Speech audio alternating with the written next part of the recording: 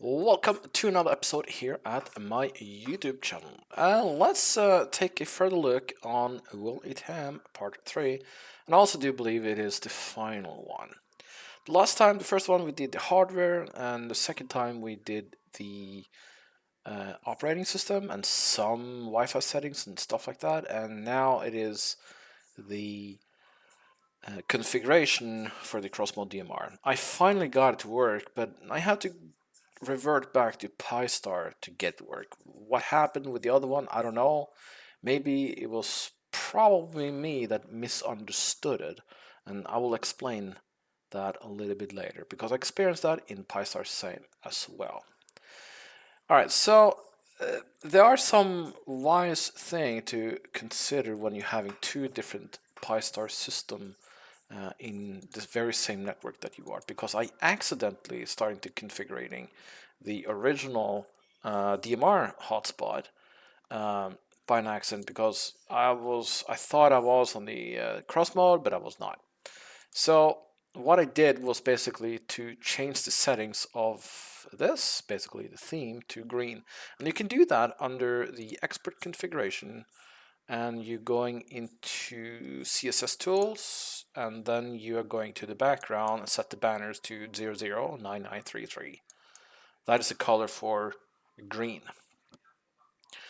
And the next time after that, I wanted to have the display to work. I want to have a constant IP address and all of the information that I need. I want that on the display, the tiny 1-inch display.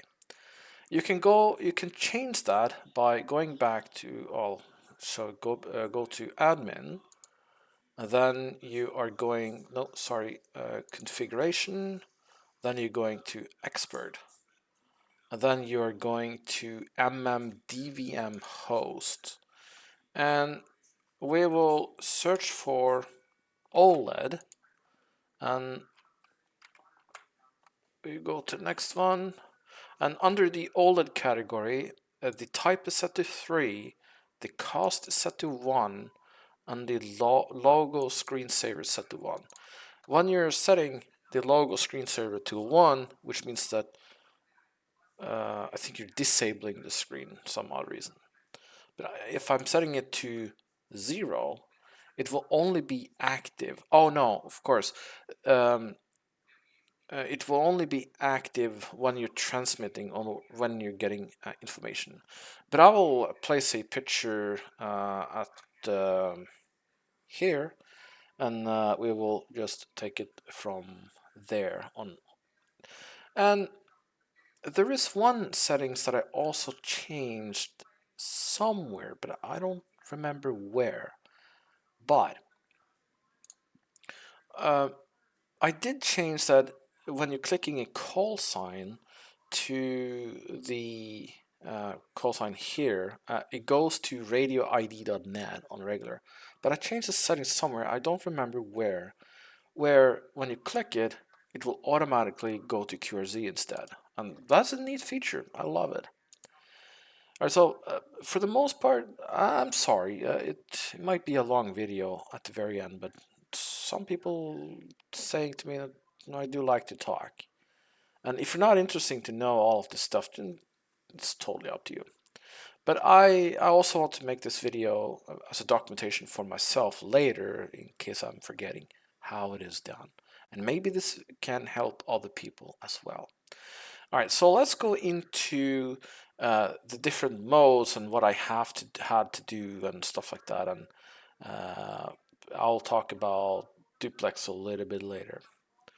But it is actually pretty cool to get it to work. So let's go into configuration. Now I'll go through all of the settings that I placed in here, like very briefly, and you can just follow along if you are doing the same stuff that I do. pistar, well, maybe I don't need advanced configuration at all. Maybe pistar is good enough for me. But I will go back to the other operating system and test it out, just to, I don't know, test it out. pistar works beautifully, and I'm running version 4.2.0 with a dashboard number. And I'm running this on a Raspberry Pi 4 Model B revision 1.5 with the newest kernel and everything. All right, let's go to the different boxes here. And you have to remember this one. When you're configuring, I just call it a box or a section, always click Apply Changes and have it saved before you into going to the next box. All right, so I did simplex mode. It's an MMDVM host, and this is the duplex one. So it's not that you're sending on using Yaesu on one antenna and DMR on the other one. No, it doesn't work that way. You're sending or transmitting at the same time. One frequency for sending, one frequency for receiving. So I sent this one to simplex mode because I want to test this in a very simple way, and I want to remove as much function as possible so I can have this tested. The more function you add, there is likely a high risk for something to go wrong. That's how my works. On MMDVM host configuration, I just activated DMR mode because you do need it, and DMR to Yaesu mode. This one is the thing. And take a good note. It says uses 7 prefix on DMR gateway. And I will come back to that later. The next settings is everything related to the screen, including the previous section. OLED Type 3 and TTY AMA 0, and layout is G4 KLX, and apply, then you click Apply Changes. Now we are getting into the general configuration, where it's some settings for the Raspberry Pi, and there are some settings for me. The host name, basically the internet address to the Raspberry Pi 4, is Crossmode. So crossmode.local, because I have 2 of them. The default one is pi-star.local, and if you have 2 with the same name, it kind of goes a little bit bad in the DNS part of the DHCP server on your local network. Not cool. The node call sign is basically your own call sign and your DMR ID. I selected my transmission frequency and received to 434.1, while the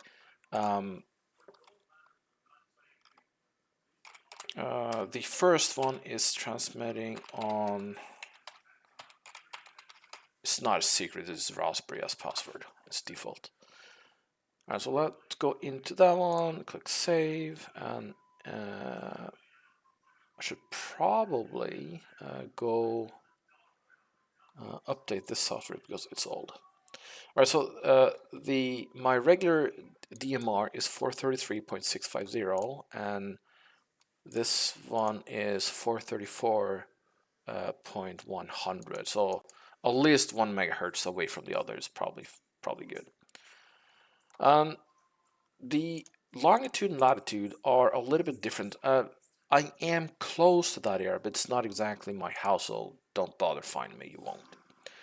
But I'm using it so I can keep an eye on which hotspot is open and up and running while I'm at work. I have 3 of them, and it's set to different coordination, so I know from anywhere in the world, if I'm going to vacation, if my hotspot is up and running, because I have APRS enabled. Not yet on everything. And town grid, yeah, Norway, specifically to me, my QRZ page. But radio type modem, for this modem, I thought it would be a regular MMDVM, like a dual hat. That was the one I originally thought it would be, but apparently not. It is, after a little bit trial and error, it's the STM32 DVM. This one.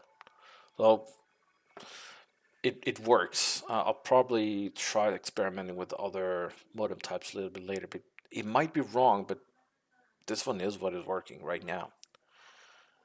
Null type is private. I don't want to be public. If it is public, then it is considered as a repeater because you have two antenna, and you have to apply to the Norwegian Communication Authorities to setting up a repeater. So it's setting out a 1 milliwatt, which is nothing. The the system time is setting to whatever. The English is set because I do prefer English. Now we are getting into what's specific for DMR configuration and the ASUS system fusion configuration.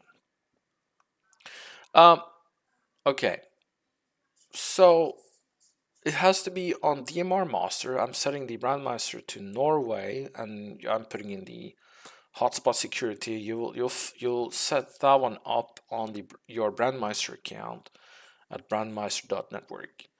I have the DMR ID for the repeater, sorry, the hotspot is my DMR ID plus 03 because this is the third hotspot that I'm setting up for my DMR ID. And that's pretty much it for this section. I don't do anything else here. The next one section is, and of course, apply the changes before you going to the next one. And I haven't done much testing, but I got the parrot system to work on the ASUS system. But you can just pretty much set up everything here. Doesn't matter. I would just follow a video a little bit on how to do it, and I hit apply changes. And now it's basically everything works. So it really works. It's not well, it was a little bit difficult, but not too difficult. And remember one thing, and this is probably where I screwed up with the other system, the second video that you watched. I couldn't get nothing to work even though I have everything right. So that's why I went over to the pistar system again, because it is a known system for me. And what I tried out of a little bit desperate way was basically to reboot the device when all of the settings were put in. And then the system just woke up and everything starts to work. It would communicate and everything, no problem. This is probably why I failed in the other operating system, that I didn't restart the system after I put in all of the settings. So it is a very good thing when everything is done, just restart the device gracefully. Just use click power and then you hit reboot. Not just yank the wire out of the system.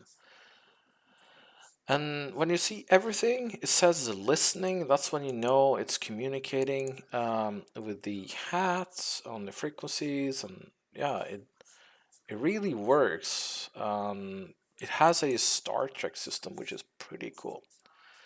Right. All right. So let's talk about the number 7, and that is actually very, very important because after this point, when everything is set up correctly, you will treat your CPS software as DMR natural as possible.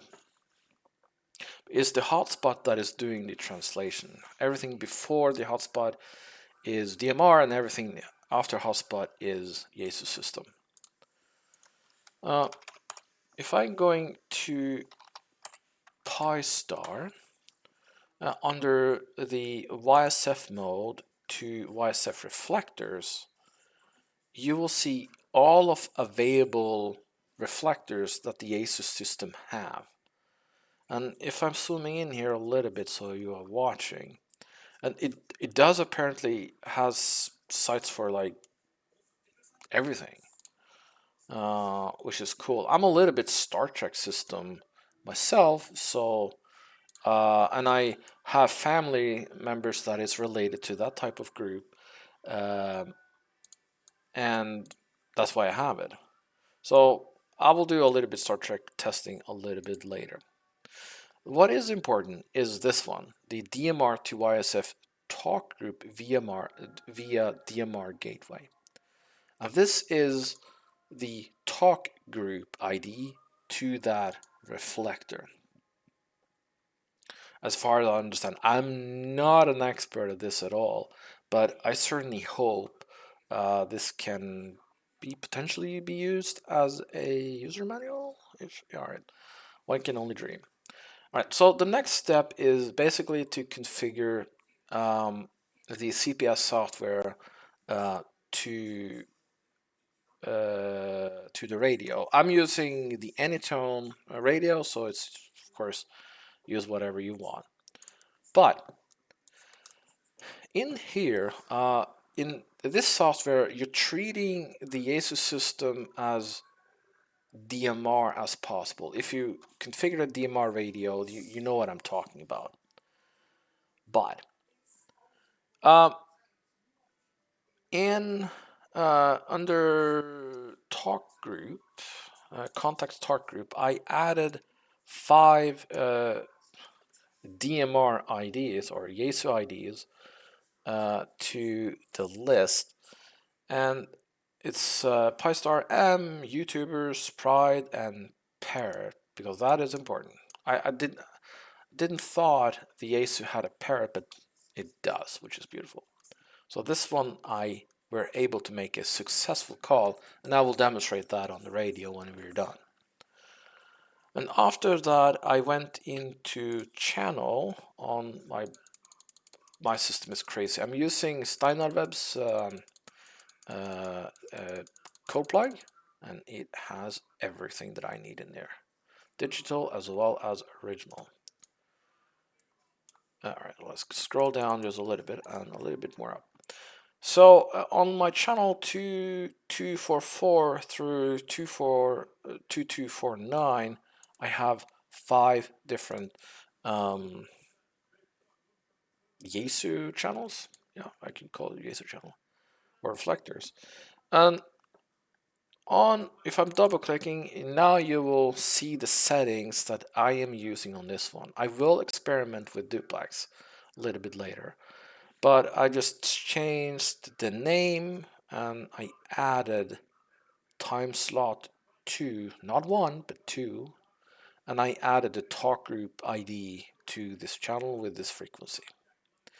So, and I did that 5 times, and after that I put all of the channels into the zone that I am using, and I just have a separate zone that's called YSF cross mode, and in all of the cross mode I'm um, I'm using the channels. I can just change the reflector with my VFO. Apparently it does work. So that's pretty much it. It's not, when I'm thinking through it's not difficult. I watched another video when setting up this one, and I think I explain things perhaps easier and hopefully not difficult at all. It's been talking for about 18 minutes now, but I really want to make a test on the parrot of the channel. It says parrot. So Lima, Bravo, 6 Quebec, Juliet, cross mode test over. Juliet. Oh, wait. Juliet, cross mode test over. Oh, okay, so that's pretty cool. Let's do it again. LB6QJ, cross mode test over.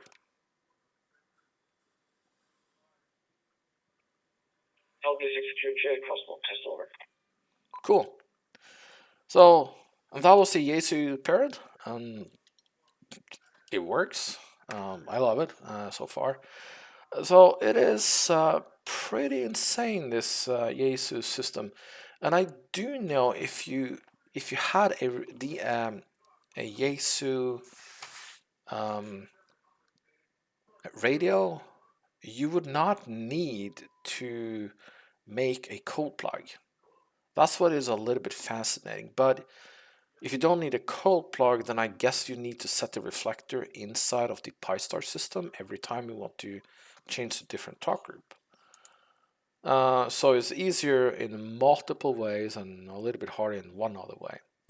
But either way, it's pretty cool. I'm not seeing that Jesus cross mode is more difficult than DMR. It's very, very similar.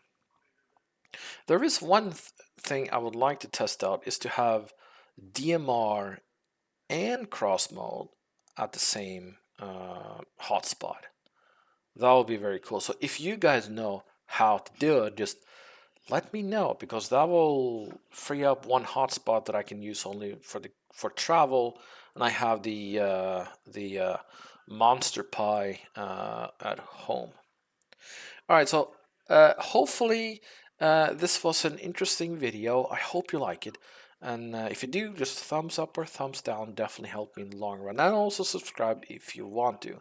And with that, Lima Bravo 6 Quebec Juliet is signing off. Hope you liked the episode. Bye bye.